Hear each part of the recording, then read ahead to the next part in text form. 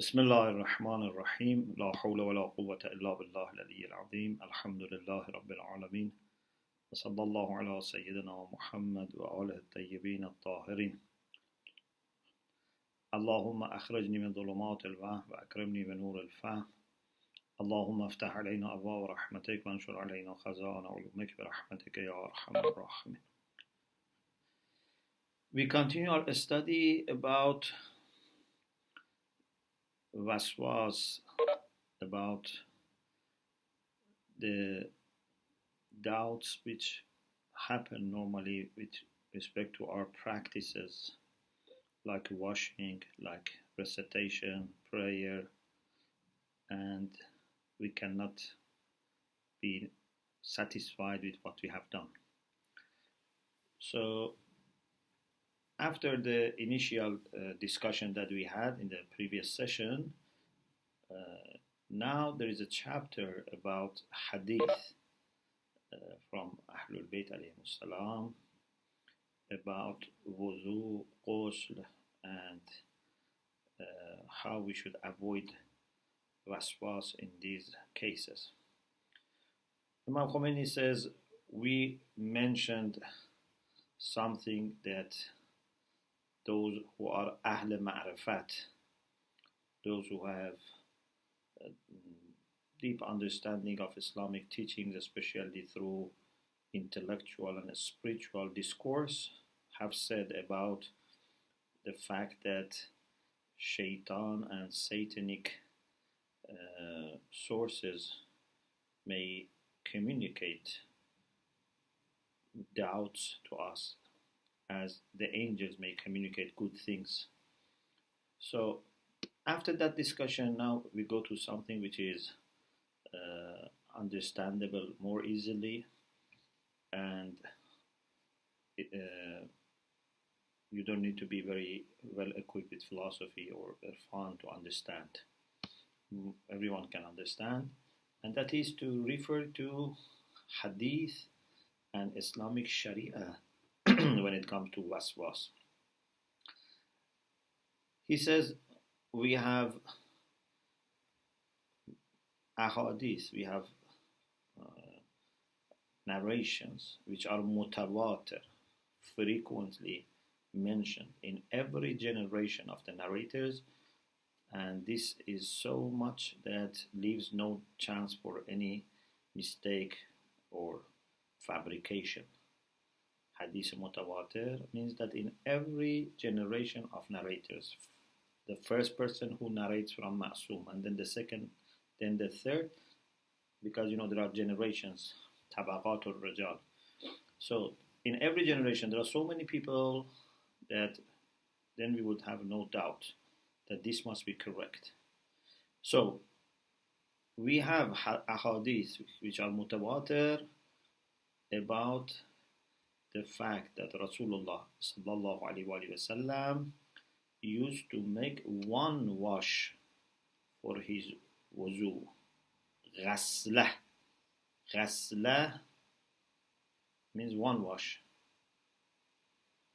And also he says it's one of the obvious things in our fiqh, one of the zaruriyat, one of the things which are self-evident in our fiqh, that you can take one ghurfa, one handhold of water for your face, and one for your right hand, and one for your left hand. All fuqaha say one is enough. So you can wash your face with one once, and then with another your right hand, and then left hand, one. What about two? Taking two handholds for one wash, because wash is once washing the whole face, for example, or hand, or right hand or left hand. So maybe some people take 2-3 handholds of water for one wash. Then when they completely wash, then they do second wash. Again, take more water and do the second wash. So Imam Khomeini says, second wash, al-qaslatu thaniya, is something which is controversial. And he says, according to Sheikh Hurra Amili in Wasa'il al-Shi'ah, we can say that he has doubt, if not, if you don't say he's against it, at least he has doubt about permissibility of second qasl. Some people said it's okay, some people said it is mustahab, so there is controversy about it. But certainly everyone says one is enough. And certainly everyone says that if you do it 3 times, it's bid'ah, it's heresy. Please listen carefully. Ghasla means you wash once completely, and then you make niyyah of second wash. Not that, for example, for the first one you maybe repeat, to make sure that it has reached. No. Once everything is washed, then second time, again you want to wash. This is controversial. Some say it's problematic, some say it's okay, some say mustahab.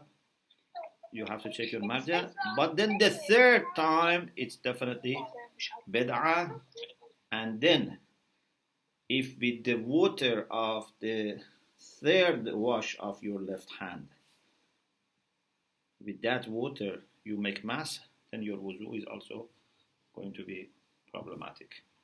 Because then it is wuzu, water which is not water of wuzu.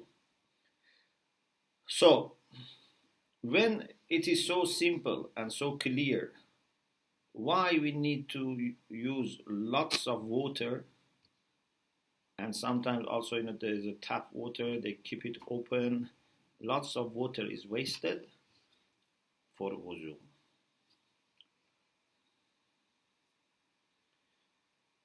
He says, no faqih has ever suggested that we need to wash like this. Or, for example, sometimes people, they go for example, they become waswasi for tahara and najasa. For example, they go to washroom or a place, and then they say maybe some najas water or liquid has touched my dress or my body. Imam Khomeini says in Islamic Sharia, we have asalatu tahara, means kullu shay'in laka tahir hatta ta'lam annahu najis. Everything you suppose it is tahir unless it is proved that it is. Any water, your dress, your body, unless you are sure that it has become najis, you assume it is tahir. So why you are worried? He says something very also kind of unwise is that some people, when it comes to hiliyah, they are okay. But when it comes to tahara najasa, they do ihtiyat. What does it mean? It means, for example, they go to a restaurant and they say, okay, it's a Muslim, or we assume that it is halal, and they eat. But then they wash their mouth and their hand. He says, when it comes to tahara and najasa, it's easier, because for tahara and najasa, we assume tahara. But for hiliyah, although you can assume hiliyah, but it is recommended to do some ihtiyat in some cases. Because there are some hadiths that, you do ihtiyat in shubhiyya tahrimiyya. I don't want to go into usuli discussion. In any case, there is no reason to do ihtiyat here when it comes to tahara and najasa. And he says, we have, for example, one of the imams that when he wanted, for example, to go to a place that could be, making him or his dress najas, he used to pour some drops of water on his dress so that if later he sees the water, he would say that this was the same water that I have done, if there's some wetness. Because, this is now the key point, because for us there is no reason to think that taharat waqi'iyya is needed. You understand? It means that you don't need to establish tahara in the real world, tahara in the knowledge of Allah subhanahu wa ta'ala. What is important is that it's not proved to be najis.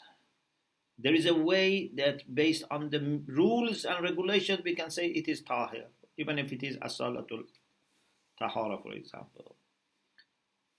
It's not like other things.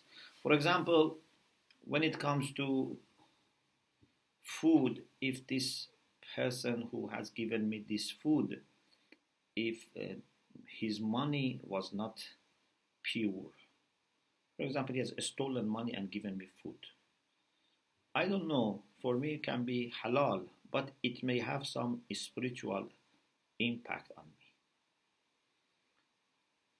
But it seems that for tahara and najasa, as long as you observed al-ahkam al-zahiriyya, the apparent rulings, it would not be a problem.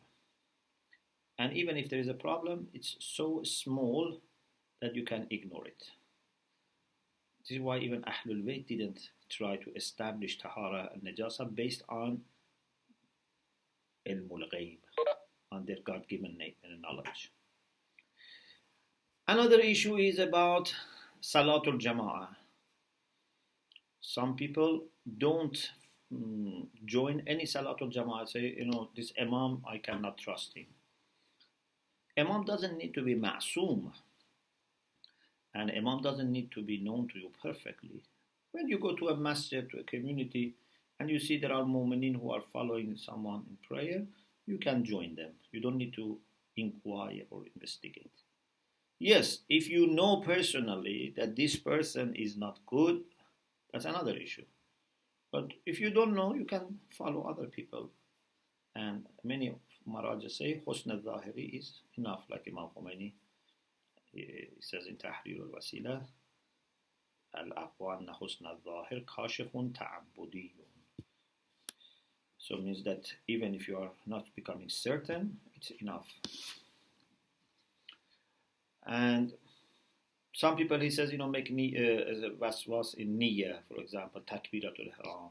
They want to start salat and they say Allahu Akbar many times because they are not sure the niyyah was there.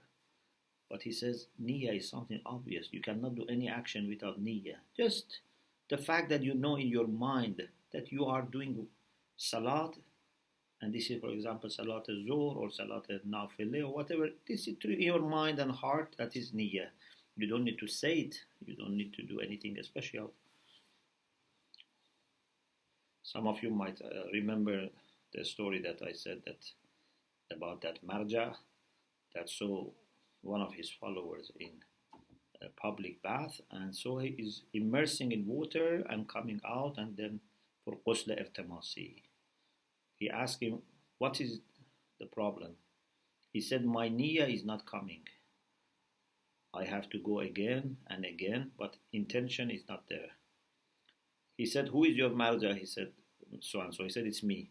You don't want niyyah. Do it without niyyah. Then he said, okay, I go without niyyah, but he saw he's repeating. He said, what happened? He said, now niyyah is coming and does not leaving me. I wanted to do without niyyah, but now niyyah is coming. So we need to be taking these things in a way that ordinary mu'minin take it. I am not saying ordinary people, because some people may not be religious, maybe not Muslim at all, maybe they don't believe in that thing, but something that among our community members they do, that's enough for us. When it comes to tahara, najasa, haliyya, you don't need to be extra careful. Be like ordinary mu'minin. And then he says, one of the very sad things, one of like side effects of this waswas is that does not let you benefit and enjoy your salat and ibadah. For example, in salat, huzurul qalb, the presence of heart, iqbalul qalb, as we have in some hadith, is very important. And only that much that you have huzurul qalb, it's accepted, is maqbool. But waswas about tahara, najasa, qira'ah, time, imam al-jama'ah, does not let us really enjoy and have presence of heart. We keep repeating, we keep worrying, we keep doubting. It becomes sometimes, I know, sometimes it becomes like a torture to pray, like a torture to make wuzu, like a torture to go to washroom. Allah doesn't want you to suffer. Sharia is very simple and easy, and just do what Marajas say, and the level of accuracy in practicing what Marajas say is the level that ordinary mu'minin in the community do it. And whenever you see you are becoming too much doubtful, just ask another mu'min and listen to what he or she says and leave it. If they say, this is waswas, leave it. Don't repeat, don't, put yourself under pressure. The solution, the next chapter about solution, he says this is a kind of condition of soul, especially about heart, and because certainty, doubt, many of these things are about heart, although mind is also related, but in the end it is heart. And what you have to do is you have to add to your ma'rifah. If you don't know certain ahkam, and you don't know that you should ignore such doubts, learn your ahkam. And then try not to do something which shaitan is suggesting, or something which unnecessary, insecurities or uncertainties, require from you. Tell your nafs, Rasulullah was making wuzu like this, and Imams. Imam Khomeini says for almost 300 years, from 13 years before Hijrah, then up to the time of birth of Imam Zaman, 255. So this will be 255 plus 13, 268. And if you add to that also the time of Laybat al-Sughra, at least even we say beginning of Laybat al-Sughra, means 255 plus 13, 268 years. Suppose some of it was when people didn't know how Rasulullah is praying, because, for example, the general legislation was later. Anyway, for 250, more than 200 years, people saw Rasulullah making wuzu, Imams making wuzu. All these ahadiths are there. None of them were like this in repeating and, spending too much time and energy. Of course, I am saying this to myself also, because I also myself used to have and still have some traces of it, but alhamdulillah, by ignoring it and listening to my friends, and I remember early years of Hose, I had lots of difficulties, but alhamdulillah, it's much better, much better. Inshallah, it will also become better. So I say by experience, I know how much such people suffer, and many times I saw also there are talabe who are very intelligent, very pious also. They get into this, and one of my friends, was very much suffering from this, and he was a very nice person. So it's possible. It's not always because this person has a mental problem. No, many times can be because this person tries to be very careful. But we should know that when it comes to such things, the level of carefulness is the level of average mu'minin in the community.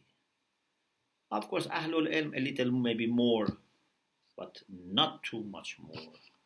This is not positive. Yes, when it comes to not making ghaibah, be careful. When it comes to not lying, be very careful. When it comes to your khums, zakat, be very careful. But when it comes to tahara najasa, you don't need to be very careful. Just be as other mu'mineen.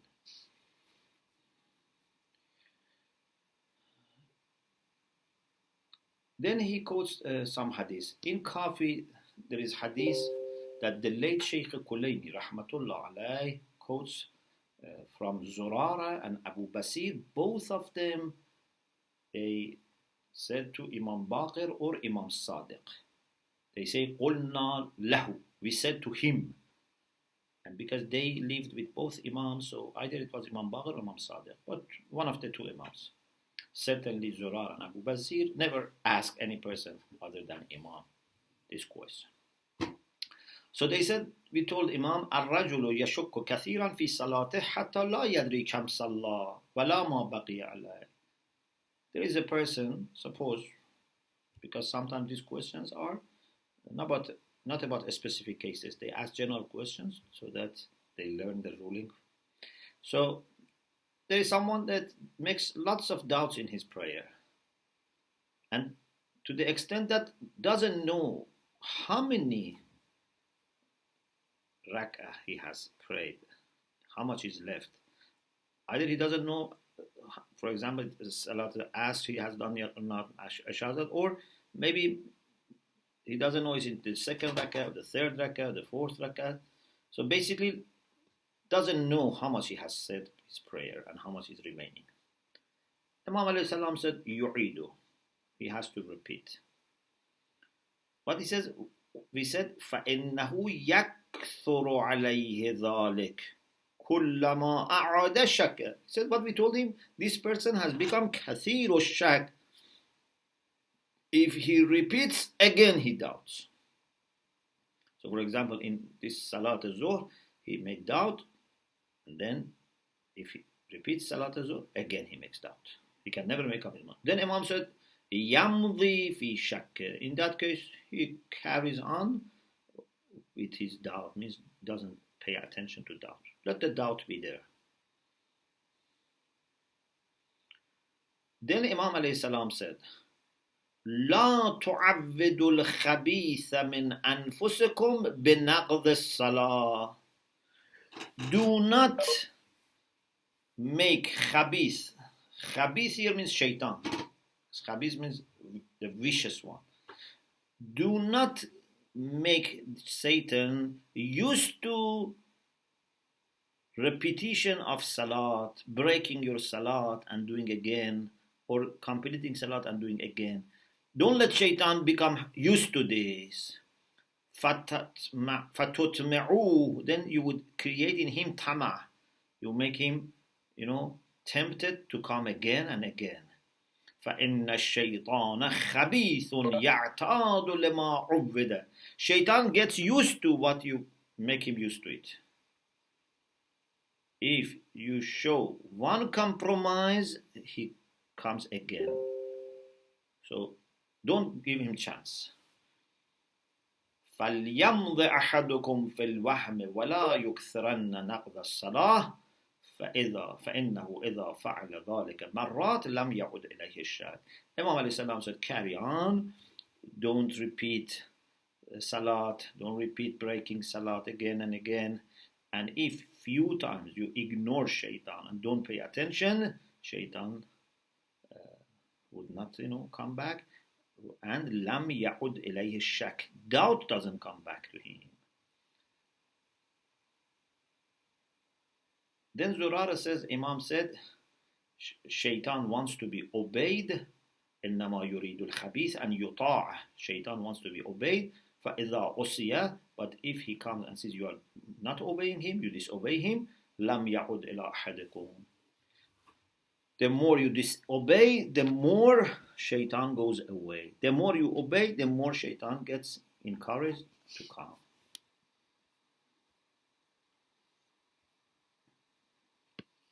Imam Baqir alayhi salam also said, إِذَا كَثُرَ عَلَيْكَ السَّهْوُ فَامْضِ فِي صَلَاتِكَ فَإِنَّهُ يُوشَكُ أَنْ يَدَعَكَ إِنَّمَا هُوَ مِنَ الشَّيْطَانِ. If you have lots of sahv, mistakes and doubts in your salat, then carry on, and there is a chance that it's very likely that if you don't pay attention and you carry on, shaitan and this sahw would leave you, because this sahw is from shaitan. So this sahw leaves you, and shaitan would not put this sahw in you, because sahw is from shaitan.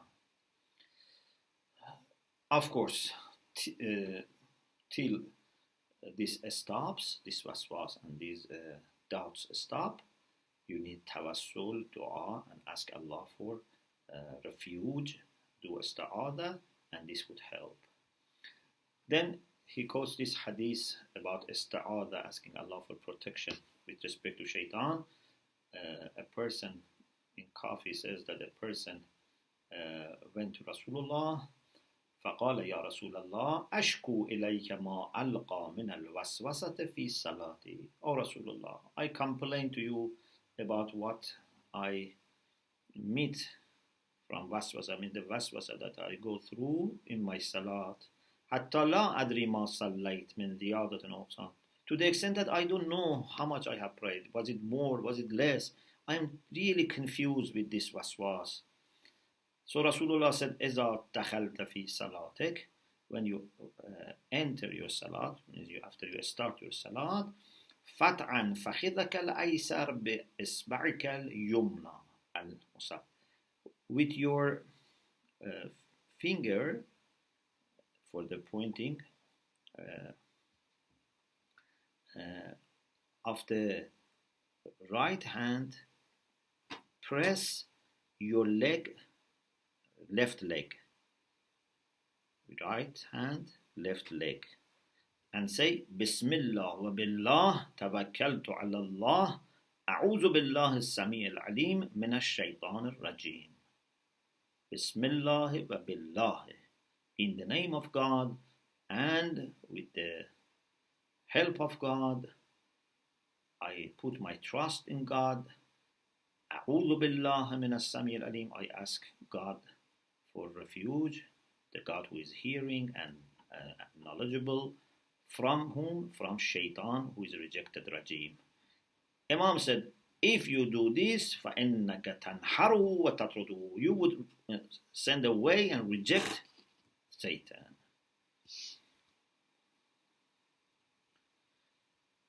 So, Alhamdulillah, this hadith is also finished. And the summary of what we said is that we human beings are subject to communications. They can be inspirations, they can be positive communications coming from angels and from Ruhul Qudus and so on and so forth. So the more you tune yourself to this, the more you get self-purification, remembrance of Allah, avoiding sins, help with this. On the other hand, you may get bad communications from Satan and his allies, and that is when we are more listening to them and forget that we have to protect ourselves against this. We open our heart and mind out of maybe worriness or for any reason, and they communicate more and more, and then it becomes very difficult to ignore. So the best thing is never listen to them. And if you are used to listening to these doubts, you have to make a quick decision. There is no gradual and a slow solution. You need to make a very radical decision. From now, I am not going to pay attention. From now, I make wuzu like any person in the mosque. It's batil, it's no problem. I'm not going to repeat my salat. It's batil, no problem. All the responsibility would be on our marajah. And marajah also, they have it from imams and prophet. You don't need to worry. And this is something that all marajah say. There is no faqih who would say, no, you have to do ihtiyat here. When you become waswasi, you have to ignore all your doubts. We pray to Allah subhanahu wa ta'ala to help us achieve peace of mind and tranquility throughout our life, especially when it comes to performing our acts of obedience. Alhamdulillah Rabbil Alameen. اللهم صل على